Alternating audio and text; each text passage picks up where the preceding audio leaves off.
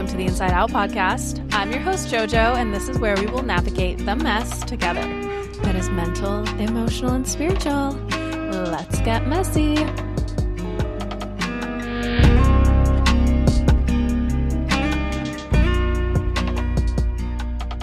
Hi, everyone. Welcome back. Today, I'm sitting across from a guy who's been divorced twice, ran numbers for Fortune 500 companies, built a business from scratch, and now teaches one of the most maybe counterintuitive things that you might have ever heard, that your relationships are the infrastructure to your life. And we kind of know that, right? But we're not just talking about romantic ones. We're talking about corporate culture, leadership, how you show up for yourself, which ideally is the most important thing.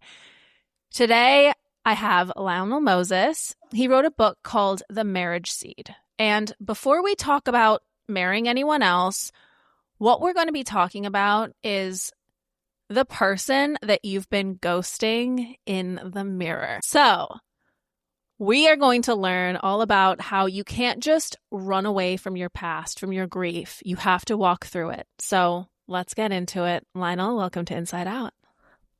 Jojo, I'm glad to be here.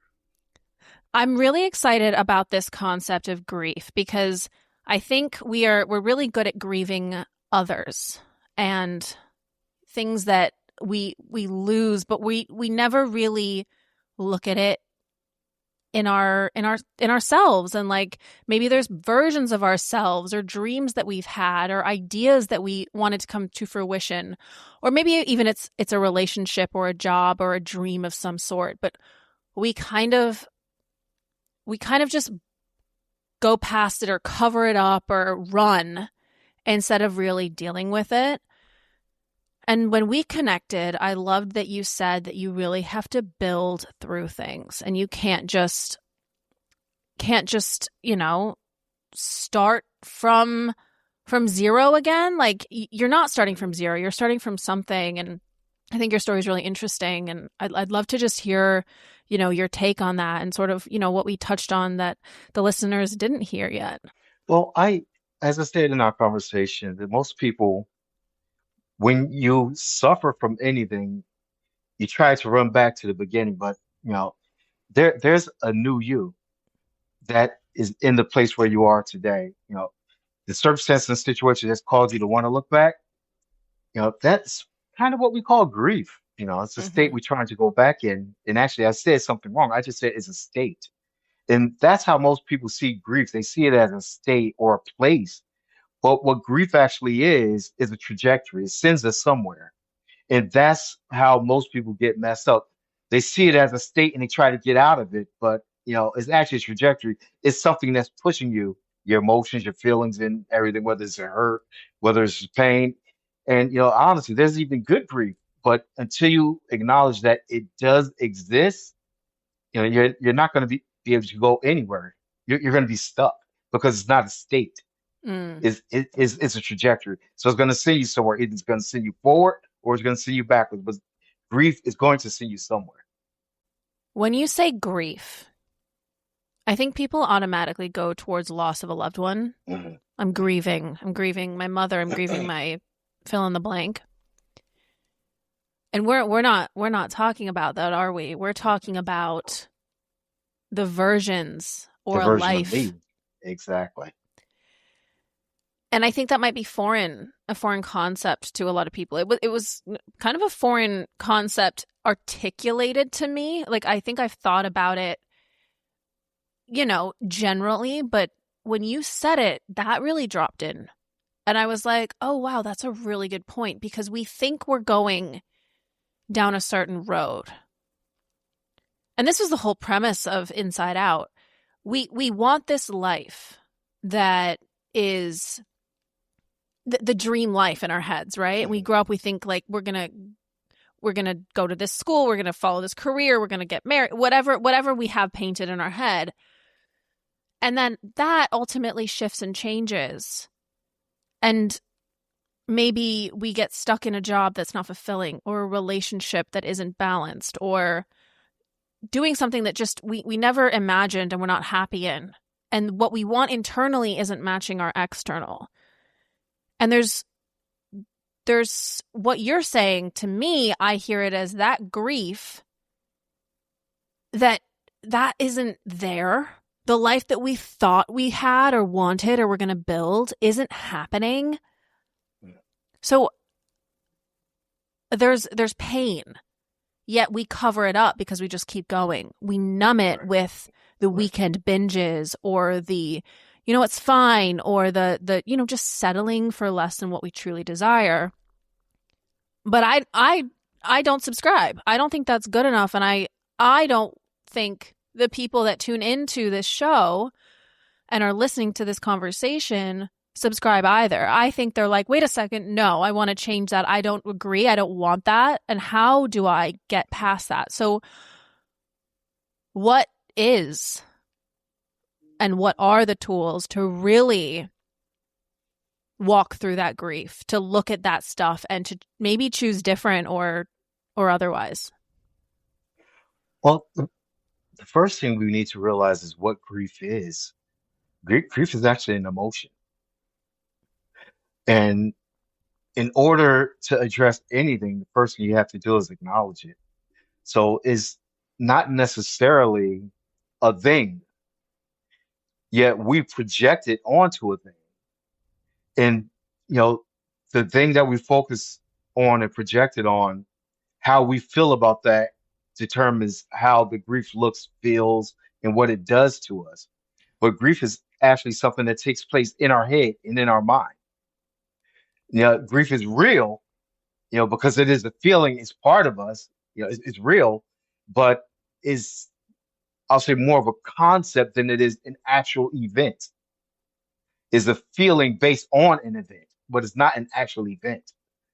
So what we need to do is, just be honest. Okay, I'm not where I want it to be at this age. I'm not with the person I want it to be, but instead of grieving the event, I like to tell people grieve the time,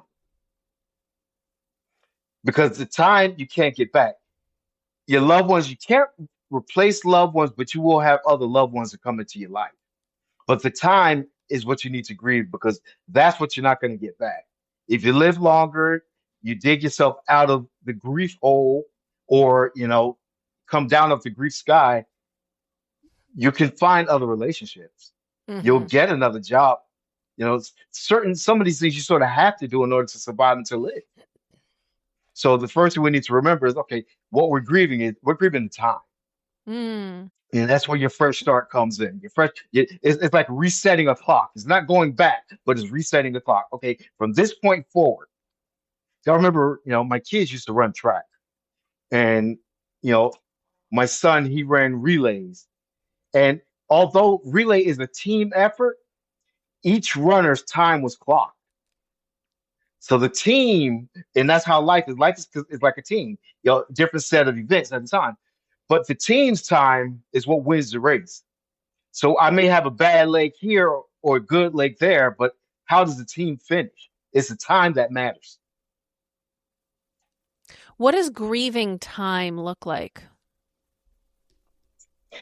Grieving times for me, in my experience, has been, as someone that was divorced twice, there's a lot of great things that happen in my marriage, and there's some not so great things. That because I was a people pleaser, that was my issue. I had to own that. I was a people pleaser. There's a lot of things that I did with my time that I would not have done if if I was emotionally healthy. If I was emotionally healthy and not a people pleaser, the time that I spent pleasing someone else, I could have, if nothing else, Jojo, I could have used that time to present the real me to my partner. Mm-hmm. And when you talk about grief, you talk about time, you're gonna have the same concept, a trajectory. If I presented the real me during that time, instead of grieving the time, the trajectory of the relationship could have shifted, could have changed. It didn't, but it could have. So what I'm doing is I'm grieving the time that I spent, presenting my representative and not myself. What you're saying It sounds like taking responsibility. And it feels like 100%, that's where like the real work begins. 100%. It's Yes. not just like in the next relationship the real work begins. It's in the mirror when you look at, oh, Right. this is how I showed up. This is what I did. And I Right. lost this time because I wasn't true to myself, because I Right. showed up as a people pleaser, because I adapted to whatever I was a chameleon. I became what they Hmm. needed me to be rather than Hmm. who I am. Hmm. And that's an interesting idea, because when we think of ourselves, we think of identity and how we show up. Yes. And half the time, I truly believe, and which is really sad, that we really don't present our true selves. Bottom line. Absolutely not. No, we're trying to win. We're we're trying to prove, we're Yeah. trying to look a Yeah. certain way. We're not just like authentic. And I know for myself in so many past relationships, I tried to be something. I don't know what that Hmm. was. Truly, I don't. Probably whatever in my head I They thought thought they you. needed me to Right. be. Right. But that really didn't aid to a relationship actually lasting, something actually like building towards a bigger thing. It was more of a fleeting moment, so let's call it. Right. And I think when you acknowledge that and you really take responsibility, back to that big word responsibility, then it's wow, like that actually sits and feels different, because you're like, wait a second, this is about me. It's not about them. Hmm. We love to blame other people. It's so easy. Yes, we do.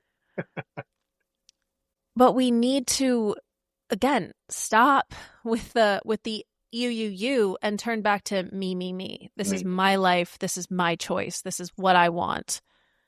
Hmm. And would you say that the two divorces happened because you weren't true to yourself? Absolutely. Yeah. Mm. With first marriage, again, we grew apart simply because, yeah, as a Desert Storm veteran, I went into, the Navy one way. Uh, After the war, it came out different. My Mm. whole thought processes, my whole mentality, my look in life was completely different. I married my high school sweetheart.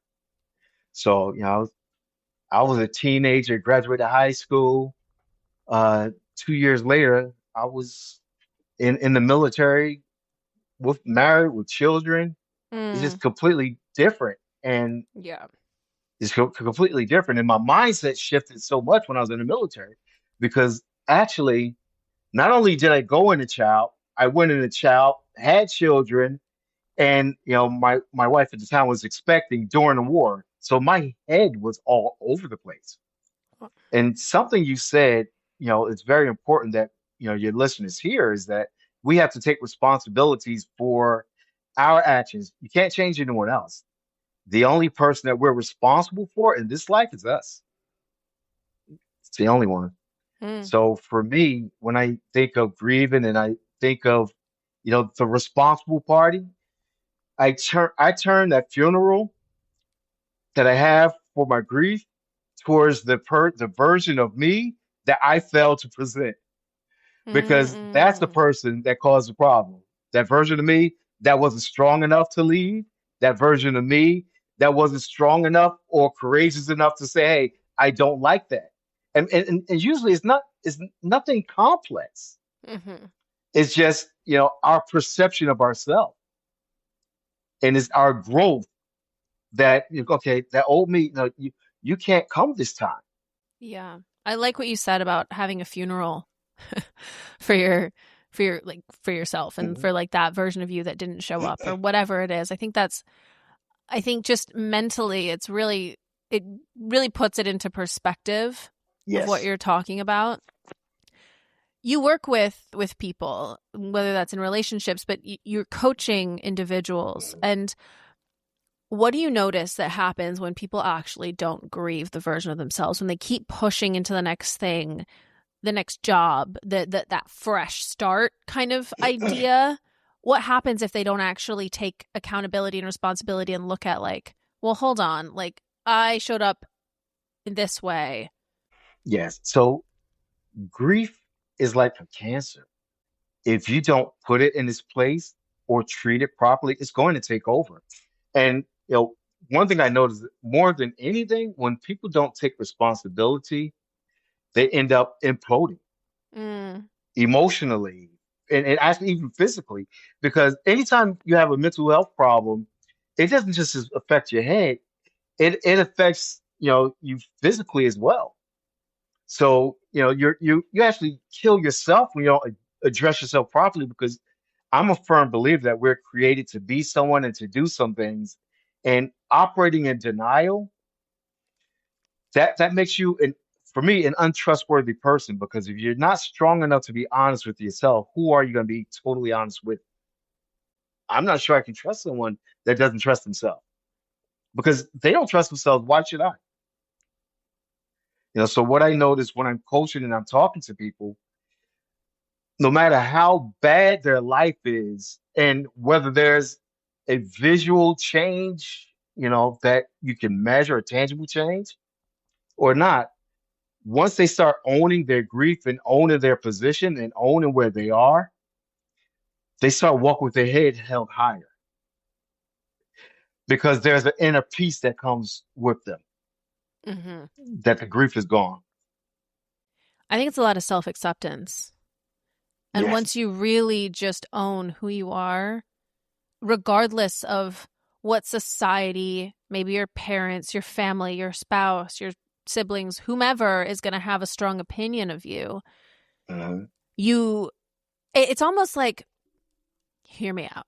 It's almost like you let a version of you die that was so hung up on what everyone thought about you, what Right. society wanted from you, what Right.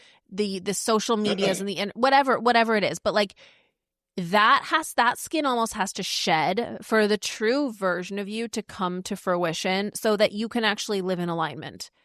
And then everyone's going to have something to say about it. But are you strong enough to hold your identity? And also, maybe there's grief in like grieving a version of you that your mom wanted you to be, or your dad, or I mean, we can go down so many routes here, but I think ownership and identity and letting go of what everyone else wants is such a massive part of this, because you might be letting people down, but who's number one? Who is the person that you have to live with for the rest of your life? And who are you actually going to be grieving on your deathbed? The version of you that Mm. should have done this and that and the third? Like, how many people are on their deathbed and are like, I wish I did this. I should have done that. Do you want to be that? The most important you said the most, I said the most important person is us. And on your deathbed, you're not going to be looking at other people as much as you're looking at yourself and what you could have, should have. The old saying, should have, could have, would have. It's not necessarily anyone else. Is me. And a lot of people look at grief from like I'll say like an academic standpoint, whereas and life from an academic standpoint, where okay, we look at certain theories that we hear things should be, which is why I project what I believe my partner wants into my life and do these quote unquote steps per se to accomplish that and get them to love me the way I want to be loved. But our mind, our body, our true self is waging that against all of our past experiences. Mm. I'm not a scientist or anything, but I do know a little bit about how the brain works, and our brain is already programmed.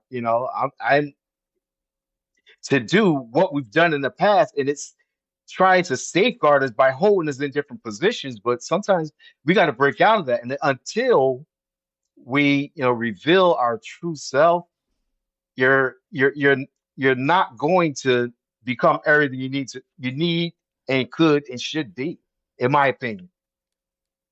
One of the things the analogy I talk about in the book a lot is soil and soil preparation. No one wants to deal with the soil. You want grass to grow, you want trees to grow, you want flowers. Most people don't care about their dirt. And that's where the grief comes from, because the dirt doesn't have the nutrients, it doesn't have the micronutrients, it don't have the enzymes in it that it needs for anything to truly grow and flourish from it. And that soil, that's the stuff work. It's the stuff that's inside of us that actually reaches out and projects what comes from us. So while we're handing nutrients and vitamins over to our partners that they may need, we can't grow what we were designed to grow. We become a desert, and that's where the pain comes, because dirt is a combination of like soil and sand. The soil have the nutrients. The sand is pretty much nothing can grow. Mm-hmm. So that's why after we have a relationship, a friendship, a job, or whatever that leaves us, we're depleted because they took the soil and left us with the sand, and nothing grows the same. Tell me more about this book, The Marriage Seed. The marriage seed. I love to start off by telling people that the title of the book is deceptive, because I've had people say, "Well, I don't want to get married, so I'll never read it." But that's the title that came to me when I was writing, so that's the title that I use. But when I say marriage, I'm thinking of a commitment, a lifelong commitment. And I believe that the word seed comes from the simple fact that I believe everything that you need to be all that you are created to be is inside of you. As we're talking about the grief and all this stuff, proper grieving, and you have to pull it out. So once you pull out and provide, and not just pull it out, but treat what's there so it can grow.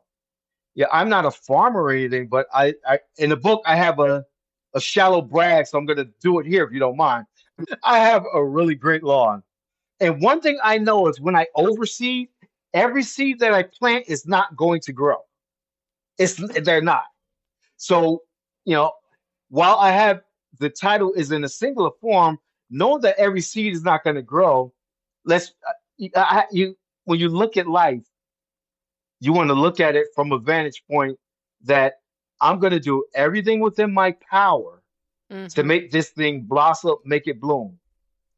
If it needs sunlight, I'm gonna give it sunlight. If it needs water, I'm gonna give it soil. If it needs dung, I'm gonna put dung on it. You know, you have to fertilize stuff, and I don't know any fertilizer, Jojo, that smells good, and we need that in life. So when you make any type of lifelong commitment, you're gonna have to prepare yourself to be exposed to the elements like any seed. It's got to be watered, it's got to be nourished, and it's going to take time. It's interesting that you bring that up because I'm going to do a subtle plug for this podcast. Please do. My first ever episode is called Roots Before Romance, and it's planting that seed. It's putting things grow in the dark. It's being intentional. It's that you said if you give a bunch of seeds to your lawn, like only a few are going to like take. But it's planting the seed. It's giving it what it needs, the light, the space.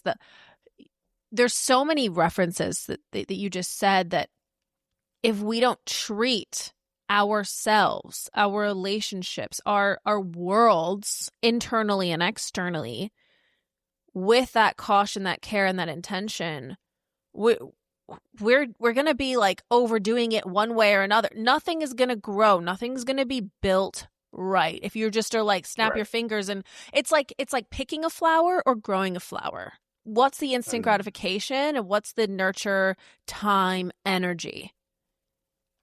I love that.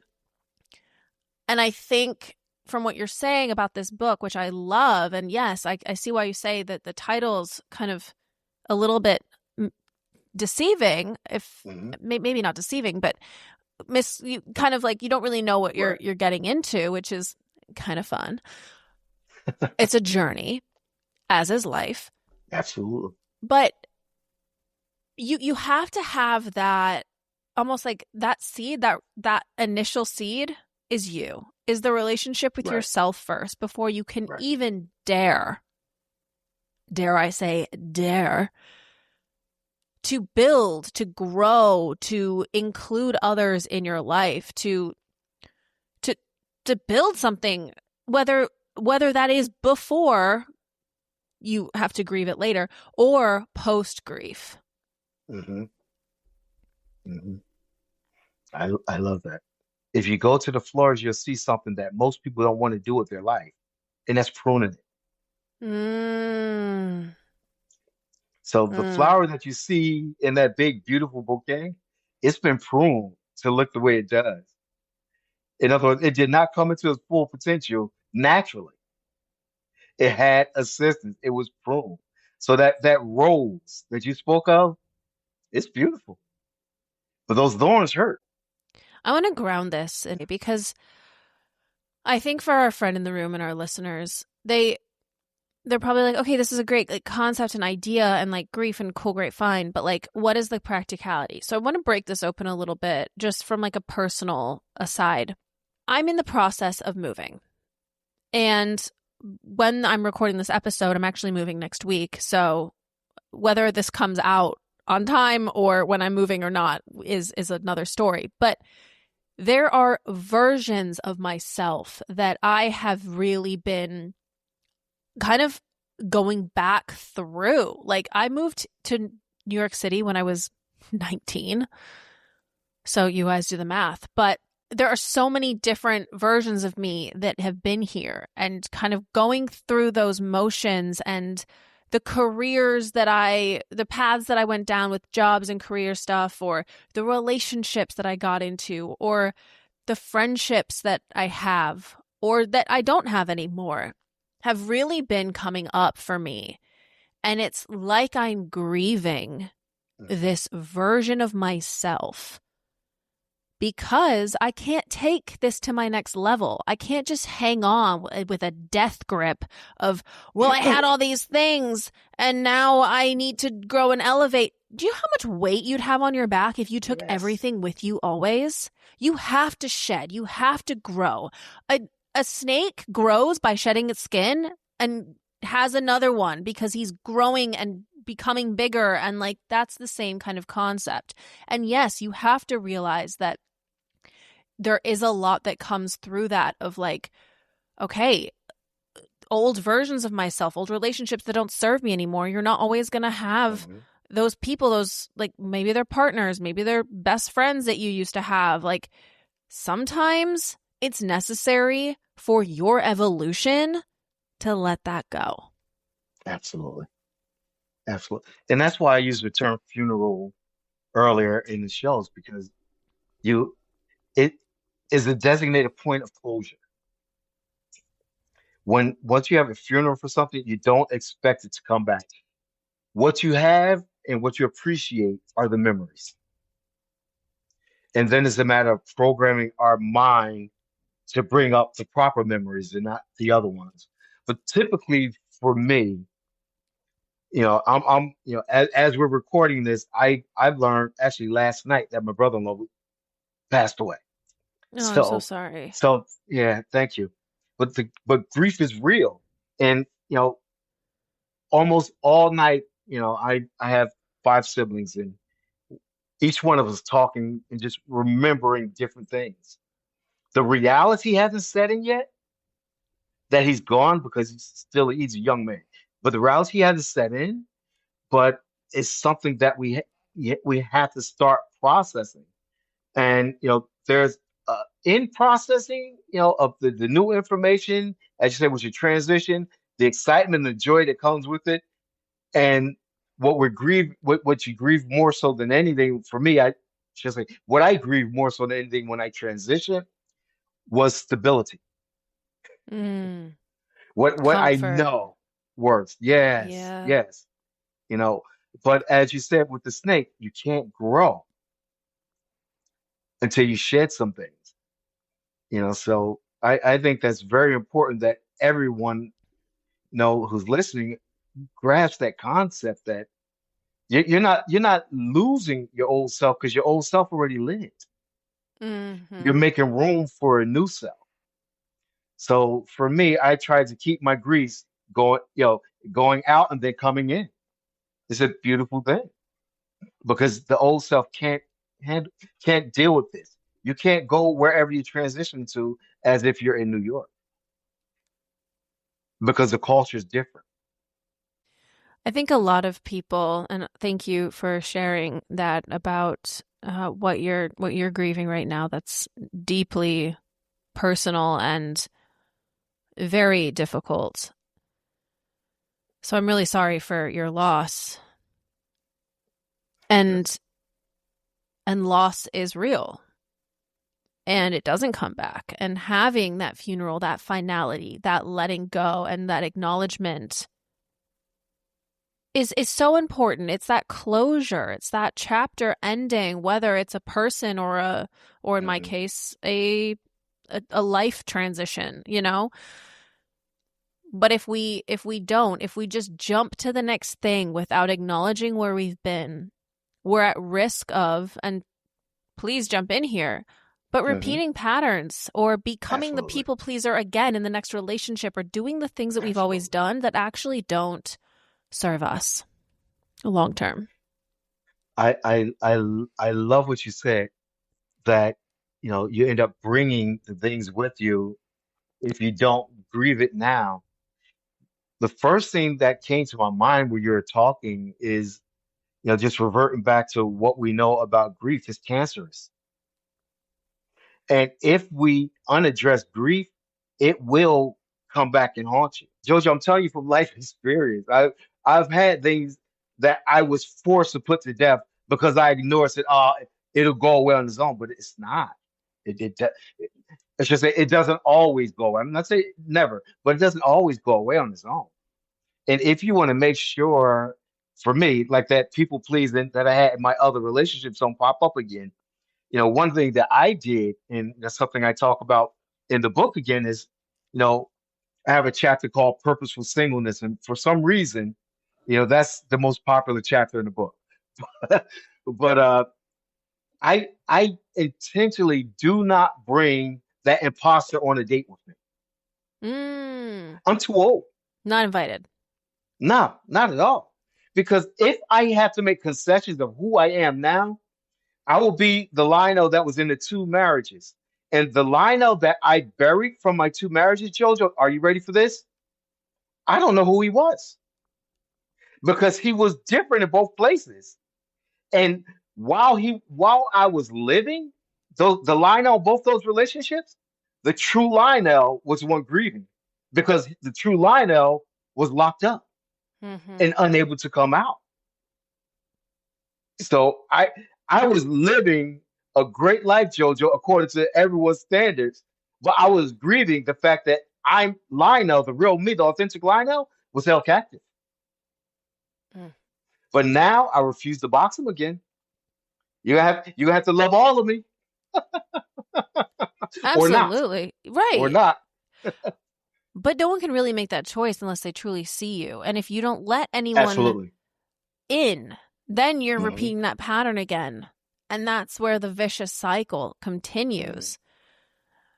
I also think time, that purposeful singleness is Hmm. so like, and this can be just purposeful space. It doesn't have to be about being single if Right. you're in a, this is Right. just space between something that you're transitioning from to the other. It does. Okay. So Yes. maybe it's romantic relationships, maybe it's not. Hmm. But for the purpose of what you wrote, that purposeful singleness, if you're constantly back to back to back with relationships, you're just going to unintentionally be repeating the same patterns because your Hmm. nervous system is wired that way. If you take that Right. space, whether that's, I mean, anything, but let's again, relationships, you can unlearn certain things. Yes, you're going to be Hmm. met with it later, but at least you're going to recognize it quicker because you acknowledged and took responsibility. Wow, those That words word coming again. back. For like the stuff, the crap that you Hmm. did. And we don't like to take responsibility. We want everything to No. just like, you know, it's their fault and it's not mine and we don't want to say sorry. Like that's the little kid version of us, right? But again, it's Right. not easy to like acknowledge when you're wrong, when you've messed up, and to say you're sorry. We know we don't like to do it. Some of us are very good at it, others are not. But when we do, and we actually are like, oh, that is on me, That is Hmm. my fault. You have a completely different reality growing from that veer off, from that change, from that literal shift that you just made because you saw it clearly, because you took that Hmm. pause, because you took that space, because you grieved, because you allowed yourself that in between, that uncomfortability, rather than just, nope, I want to get comfy. Nope, I want to stay. No, I want to just have everything in my little, what are they called? I'm losing it. Creature comforts. Hmm. No. If you want the life, if you want the relationship, if you want the difference, what does that take? It takes drastic measure. It takes drastic change. It takes grief. It takes funerals. It takes all the Hmm. things so that you can look at yourself in the mirror, that you can stop ghosting yourself, the true version of yourself, and be Absolutely. like, Right. yep, that's her. Yep, that's him. Yep, that's me. So, Lionel, before I let you go, let's get messy, All mentally, right. emotionally, and spiritually. What would you say is the main story that we as a society or individually tell ourselves about who we are that actually is a version that we might need to grieve? I believe that most people tell themselves the story about who they are based on what they've heard instead of what they tell themselves. Ooh, I should say that's my story and the story of mm. most of the people I've worked with, and you know, yeah, Like they're dictating they're rather right, than, yeah, oh my right, God, that's so absolutely, true. Oh, I totally relate to absolutely. that. Where it's like, wait a second, is this your opinion or is this mine? Is Was this it mine? my, Exactly. Hmm. mm, that's a really good one. Emotionally, what feelings, this can be about you or this can be about general like society. What do you think is like the toughest feeling that people are afraid to sit with? And when they actually do, what's actually waiting on the other side of for them? Mm, that's a really good question. Uh, I think the toughest feeling for people to sit with, I'm gonna say is fear. And the reason why fear is the toughest, why the reason why I feel fear is the toughest feeling to sit with is because you don't know what's on the other side. It's the unknown. And in our Mm-hmm. nature and in our culture, you know, we're expected to have such regimented lives that's going to produce a certain result. And when you don't know or you're unaware of how things are going to show up, the unknown, and it scares us. That fear, because we're we're we're expected to respond quickly and immediately. And Totally. with fear, you don't know how to, you don't know what you have to address, so you can't plan to address it. So now I'm scared because I don't know what's going to happen or how to address it. But what I Mm-hmm. find on the other side is in old, using fear as the old acronym that I heard many years ago, is like false evidence appearing real. Hell yeah, I love And that. what what's on the other side of fear is you were wrong. In many cases, you were wrong. Yeah, You you get had all nothing to be worked up, you scared get of. all upset, and there was nothing. Yep. Yeah. Or it's better than you could have ever imagined. And you were like, why did I just make myself Absolutely. crazy? And like, Absolutely. worked myself into a tizzy. Yeah. I think Yes. culture and control is like such a big part of it. And like, we think about like the 5 year plan and the 10 year plan. And it's Right. like, well, hold on.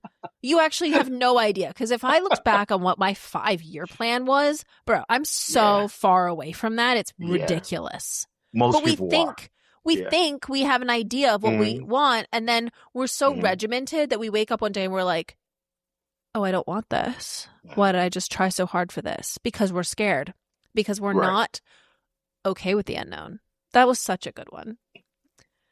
Spiritually, spiritually, we have a relationship with ourselves. Hmm.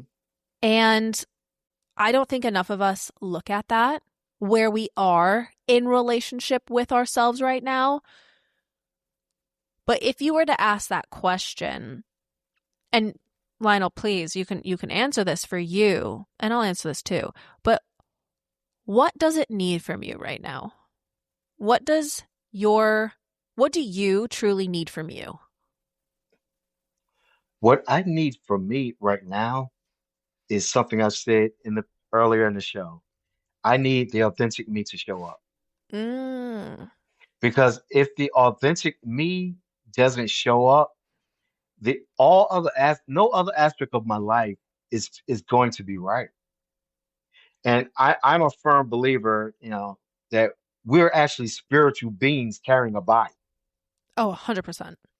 So I have this body that's acting a certain way, but if I don't present my authentic self, then I'm limiting my possibilities, because the spiritual me is designed to accomplish certain things and to not do certain things as well, that I will never be able to achieve, as much as I want to do if I don't bring my authentic self to the table. And the older I get, the more that becomes a reality. That Mm-hmm. okay, I'm I'm not here and I'm miserable. I'm here, you know, I'm I have, a lot of friends and I'm happy. Or I'm here, I'm by myself and I'm still happy. So at the end of the day, I think it was Shakespeare. To thine own self be true. Mm-hmm. Sure was. That's my spiritual summation right there. Just be true to who you are, and listen, to the carrier of your spiritual being, which is your body. You get Mm. gut feelings, your stomach bothers you, your ears start twitching, whatever your thing is. And for me, it's like I tend to get like twitches, not necessarily gut feelings, but I get a twitch in my eye or starts jumping when I feel uncomfortable. And when I listen to that, not necessarily knowing exactly what I need to do at the moment, but I know what I should not do. Mm. And I think, for me, I've been conditioned all my life to know what my next move is, that sometimes I have to sit and not know my next move and be okay with it. Ooh, trust. Yes. It's That's amazing. You have to good. trust yourself, and it requires effort. Totally. Yeah. Yeah. I really like what you said about the unknown and your body and that gut feeling.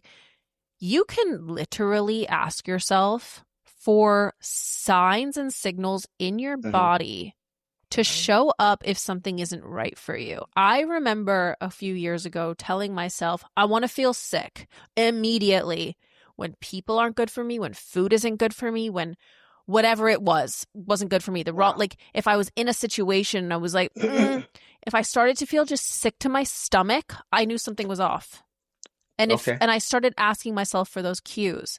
And I think because we are spiritual beings in a body, Hmm. we can tap into that higher Hmm. level consciousness Hmm. and literally get answers. Absolutely. But you just have to be open enough to Absolutely. listen. Absolutely. Yeah. Our ears listen to outer voices more than inner. Mm-hmm. And that's, yeah, Jojo, I do the same thing. I ask for warnings and signs and stuff to help guide me all the I time. love that. Yeah. It's so important. Hmm. Well, Lionel, this was such an eye-opening conversation and just a grounding conversation, because I don't think we look at healing or at grief and like this part of healing as like something like on the checklist of life that we need to do, but we really do. And if we don't, then we're just doing ourselves such a disservice. So again, thank you for joining me. And where can people find you? The best way to find me is on lionelmoses.com or themarriageseed.com. I'm on all social medias, so either Lionel Moses or the Marriage Seed. I love that. Well, you guys, this will all be linked in the show notes, and you know where to find me at _insideout.podcast. Sign up for the Substack, the mailing list, all of the things. And if this resonated with you, or if it didn't, if it was just something that maybe you think someone else needs to hear, please send it to them. It does the show wonders, and it's a big help to getting the show out there. As per usual, have a great week, guys, and I'll see you next Wednesday. Bye.